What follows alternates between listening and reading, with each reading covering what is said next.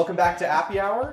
Over the next couple of segments, I'm going to introduce a topic that I know we've been getting a lot of questions about, data. How do I get it actually in and out of my app in maybe a way that's a little bit more complex than just using Excel?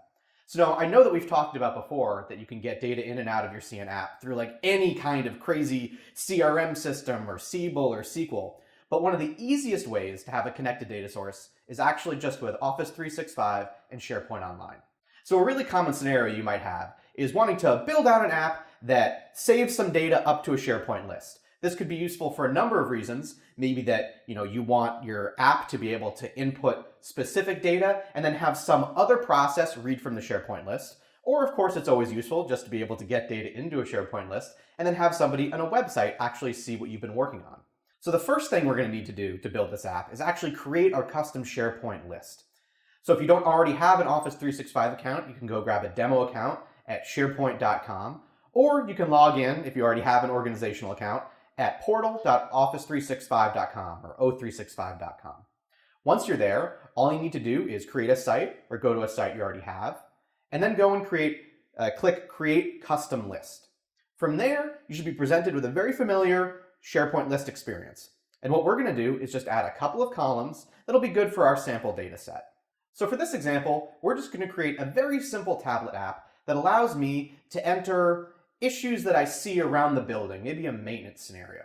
We're going to go ahead, plug these into the app, and then save that information back to the SharePoint list. So in our SharePoint list, I'm just going to simply go ahead and add some columns. This is now my magical whiteboard of SharePoint listage. And what we're going to do is we've got our SharePoint list. And by default, you should see that you have a title column. We're going to leave that one alone. We're going to go ahead and add a date column, an issue column, and a resolution column.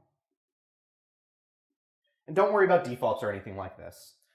So now what we're going to do is, now that we have this column structure, I'm going to go ahead and just add a couple of random rows.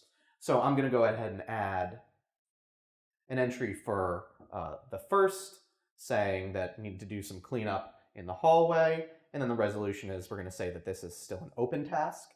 I'm going to go ahead and add a couple more. And just, open issues around the office. Let's say one of them was to clean this whiteboard. This was already nice and clean, so you can see that I've marked that one as resolved. And I'll go ahead and do the same. So now that we've got a whole bunch of entries into our SharePoint list, all I need to do is connect my Siena app to it to visualize that data. So to do this, hopefully we're going to use skills that are already very familiar. What we're going to do is we're going to create a new Siena app. We're going to jump into that app, go to the data backstage, and we're going to click on SharePoint, Office 365. And then we're going to type in the URL to this SharePoint list. If you don't remember what it is, you can just go back, flip Alt-Tab out, go back onto your desktop, copy the URL from the bar, paste it back into Siena, and we'll figure out the rest for you. Once you do that, click Connect, log in with your credentials, and then you should see a list of SharePoint lists that are available at your site. You should see the new list that you just created, so we're going to check that checkbox and import that into our app. From there, you're basically home free.